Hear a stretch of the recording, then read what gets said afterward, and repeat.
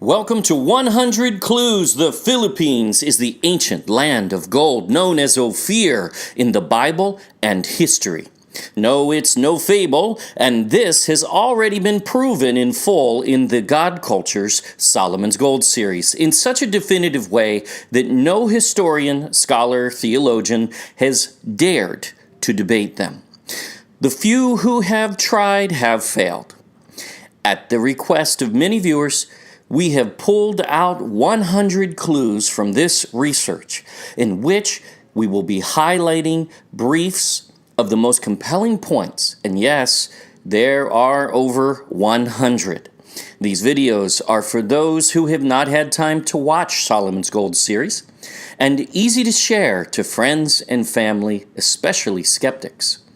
This brief video cannot replace that 50 video series nor prove the way that it does, but this will be very effective nonetheless. So, here we go. Go over there for full evidence, but here is 100 clues that the Philippines is Ophir, one clue at a time. Let's find the ancient Greek source of gold and silver today. I have to admit, it is actually pretty easy because the Greeks were excellent at recording history. They called the isle to which they journeyed by sea to acquire their gold in bulk Chryse, meaning in Greek the golden one, and the isle of silver next to it Argyre. And check this out. They say it is east of India.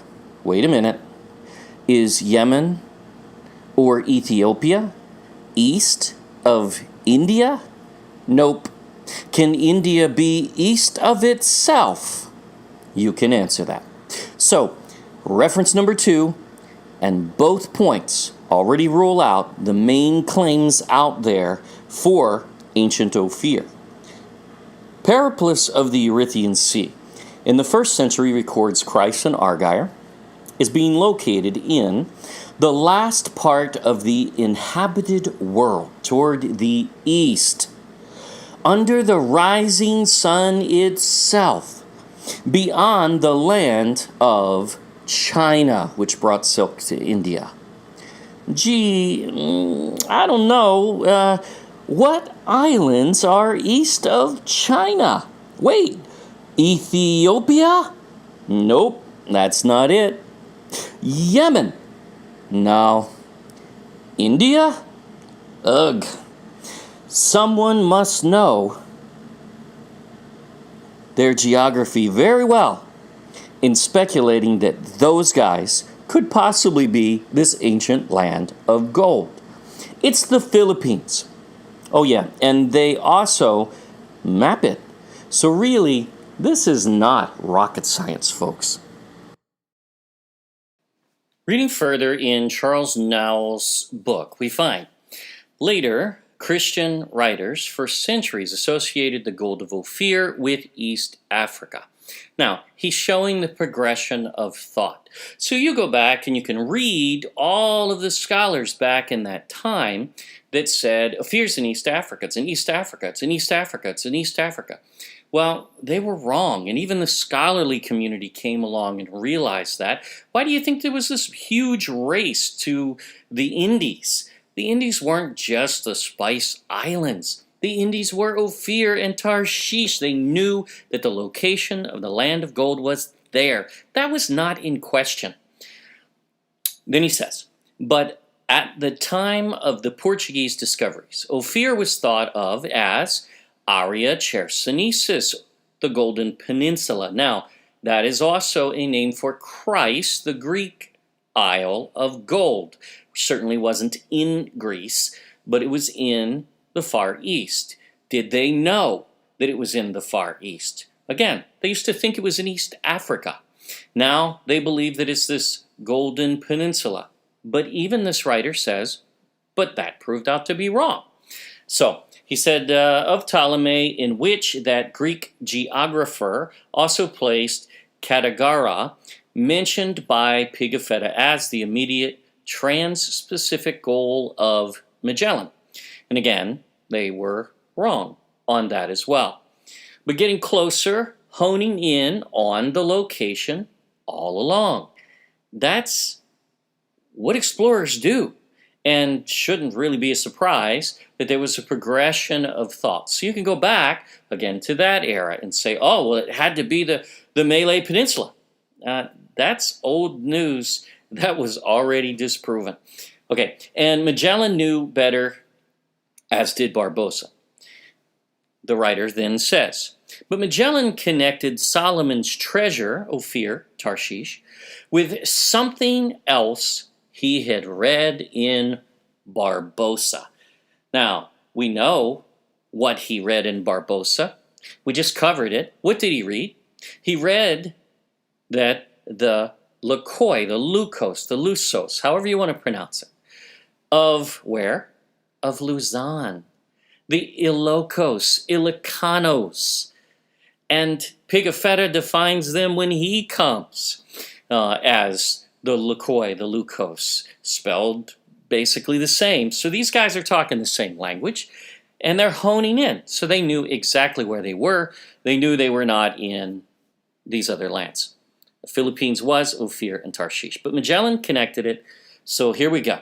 So, but wait, where did Magellan land? Did Magellan land in Taiwan? No. Did he land in Japan? No. He landed in the Philippines. Did he not know that Japan was much further north? Are we really supposed to forget that Barbosa was with him and knew very well where Ophir was, at least generally, but certainly not as far north as Japan? Evidently, we are supposed to, because this author then goes on. See, we don't agree with all of these guys just because we use their sources, nor do we have to, nor do we care to. We're just searching for the truth. So this author guesses Taiwan and Japan. Not bad guesses. He's making educated guesses. He's a scholar. There's no doubt about that. His research is good. His conclusions are not. And that is not rare. We find it all the time. So Barbosa himself knew where Ophir was. And he knew it wasn't Japan. So we know that's not the case. Columbus believed this land was just above the equator, and this writer mentions, oh, it's north of the equator, so it must be Japan and Taiwan.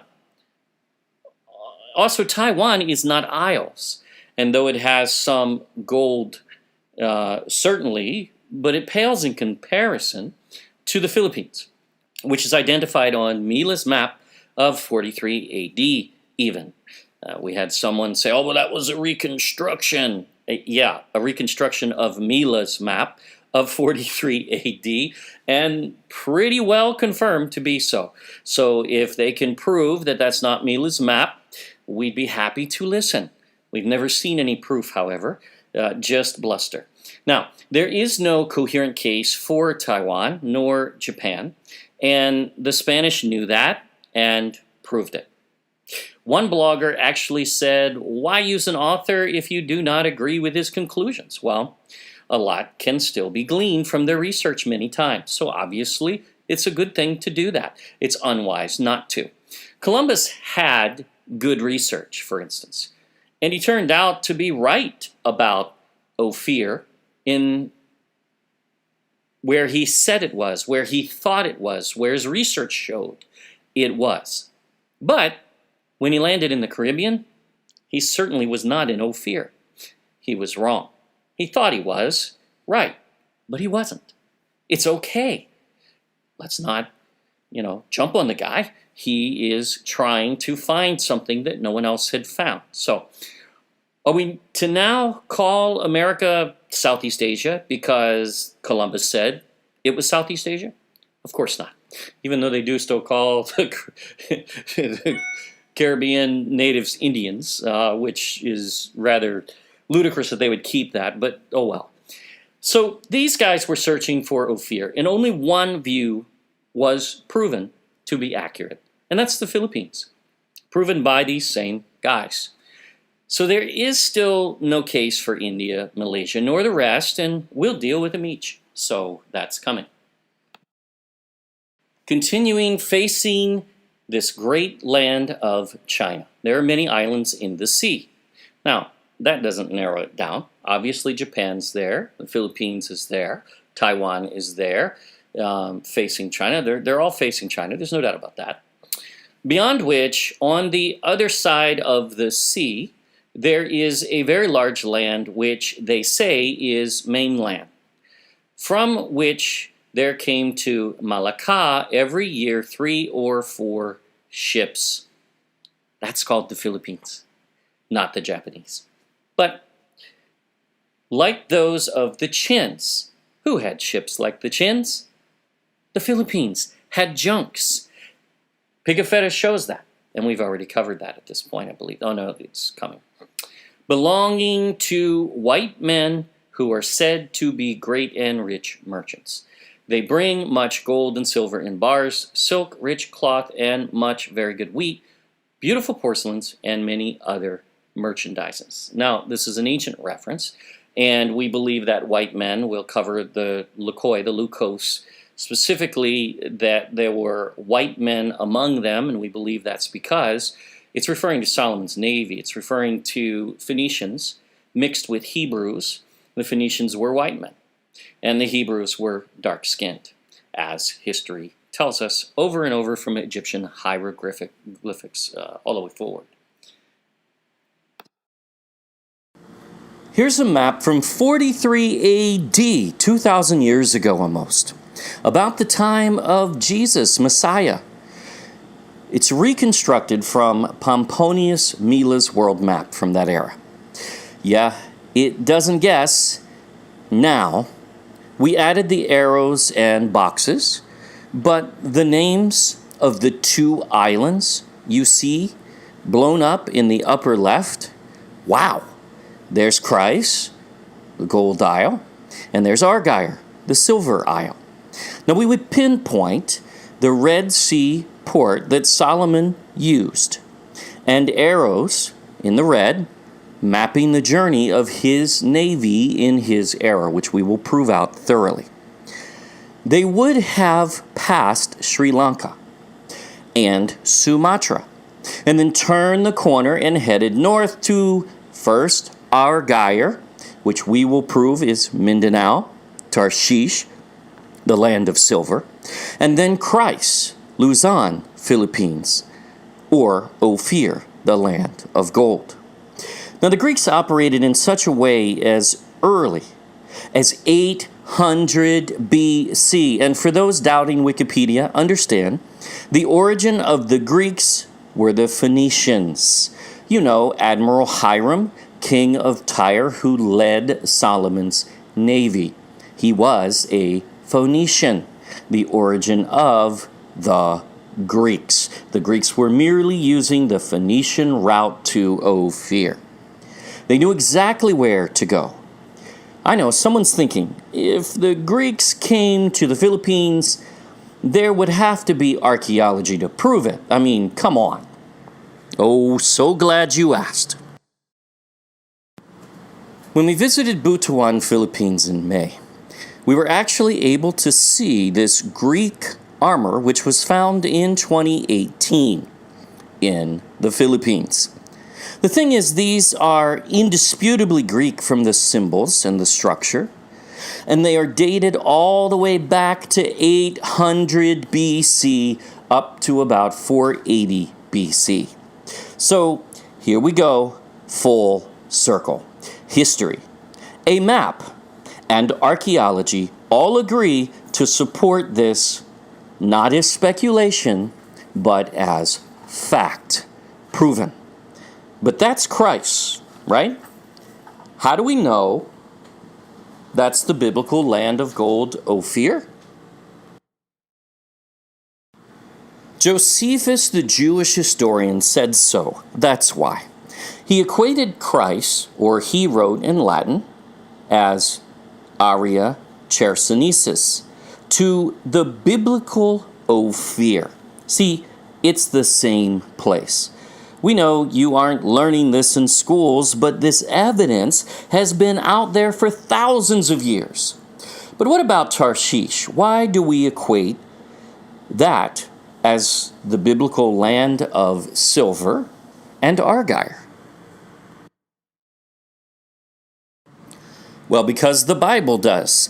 1 Kings tells us multiple times that the ships of Tarshish go to Ophir for gold. Jeremiah identifies it as silver spread into plates is brought from Tarshish, the biblical land of silver, just as Ophir is the biblical land of gold. Why? They're in the same place. So Tarshish is a place known for silver. Other passages clarify Tarshish is an island, in fact. And Ezekiel lists the resources which came from Tarshish, and the first is silver. It is the biblical land of silver, equated to the biblical or the Greek history land of silver argire. It is the same, just as Ophir equates to Christ. Here's a map from 43 AD, 2,000 years ago almost, about the time of Jesus, Messiah. It's reconstructed from Pomponius Mela's world map from that era. Yeah, it doesn't guess. Now, we added the arrows and boxes, but the names of the two islands you see blown up in the upper left, wow, there's Christ, the gold isle, and there's Argire, the silver isle. Now we would pinpoint the Red Sea port that Solomon used, and arrows in the red mapping the journey of his navy in his era, which we will prove out thoroughly. They would have passed Sri Lanka and Sumatra, and then turned the corner and headed north to first Argire, which we will prove is Mindanao, Tarshish, the land of silver, and then Christ, Luzon, Philippines, or Ophir, the land of gold. Now the Greeks operated in such a way as early as 800 BC, and for those doubting Wikipedia, understand the origin of the Greeks were the Phoenicians. You know, Admiral Hiram, king of Tyre, who led Solomon's navy. He was a Phoenician, the origin of the Greeks. The Greeks were merely using the Phoenician route to Ophir. They knew exactly where to go. I know, someone's thinking, if the Greeks came to the Philippines, there would have to be archeology to prove it. I mean, come on. Oh, so glad you asked. Two YouTube channels referenced below use this same slide in their videos, and these are their words from their video. We use this only for commentary purposes per the Fair Use Act, as we have every right to do. The video is fine up until this point, but here it goes way wrong. Tarshish was the grandchild of Japheth. True. By his son Javan. True. Japheth was the son of Noah. True. Who was allotted the northern part. Half-truth, which means false. No, Asia was never a part of Japheth's territory, not one piece of it. None. And there is no scripture that ever says otherwise, which is why they don't offer one. Then they say, above the Mediterranean Sea. Correct. Japheth's territory was above the Mediterranean Sea, and so was Javan, who had a little piece of it called Greece. And it is above the Mediterranean Sea. Now, the problem is, the Mediterranean Sea is not in Asia, nor can they make such a false claim, drawing a line that has to dip down to the south of the Mediterranean Sea to incorporate all of China even. It really is so easy to see through this when you know what to look for. Is Europe, and more specifically Javan, Tarshish's father, he inherited the land of Greece. And Greece is not China. No. Even look at how they take their line and draw it falsely. Very misleading and wrong. Now, they offer no scripture which supports this whatsoever, nor will they find any, because these directions actually aren't even in Genesis. They're in the book of Jubilees, which we spend time really testing and trying to get to know. If you watch Solomon's Gold series, you'll find that the last statement we made, we completely prove out Noah's division of the entire earth, not just a piece of it. So we've backed that up fully. Here they use the same reference we are using from Periplus of the Erythraean Sea. Watch how this gets twisted, very twisted. Oh yeah, and go watch for yourself and then tell them in their comments that you caught them. Just opposite the river Ganges, India, actually beyond in the reference that we use, but that's okay, we'll go with their translation here. There is an island in the ocean, the last part of the inhabited world toward the east, under the rising sun itself. It is called Christ. Yes, we see that spelled wrong, called it did, but give them some slack. We all commit typos, so no big deal. Second slide to the bottom left. After this region, under the very north, the sea outside ending in a land called China. So, the region under the very north, or under China, or south of China. Is China the region? No. Is it including China as part of or the origin of these isles of Christ, Ophir, or Argyre, Tarshish? Not even remotely. So then, they take you away from the words and they map out these words deceptively. They begin with Christ is in the east. And that is correct. They draw that arrow to the Philippines. That we agree, and we prove, in fact, long before this channel existed. But then they claim, then to the north. And that leads to China. Huh? How did that phrase ever lead to China? It leads away from China, doesn't it? If you ignore the reference and totally bastardize it and draw the arrow in the wrong direction, perhaps, oh, that's what they do. It starts with China only as a marker, not a part of the narrative, but geography. And the arrow should be pointing to the south, to the Philippines, which takes you away from China, not to it. And it is only included as a marker, not the origin of Tarshish. We rarely comment on other videos, nor will we typically. But on this topic, we had to point this out while we were on it. You decide how you deal with this, but we call this a hijacking of history with an agenda. And we hate that kind of mixing no matter what one believes. We wouldn't do it, and we don't expect others to do it either. The Philippines is the ancient land of gold. We are on point 2, and already we have proven to you the Philippines is the #1 land of gold in all of history, even remaining second on all of Earth in untapped gold deposits after mining for over 3,000 years. Some want to question that, and this further proves it. Greek history confirms exactly what Wikipedia had confirmed. And so does Josephus. They don't speculate as to a possible location of Christ's Ophir, but they give exact directions and they map it. That map did not lead to Ethiopia, did it? Nor Yemen, nor India.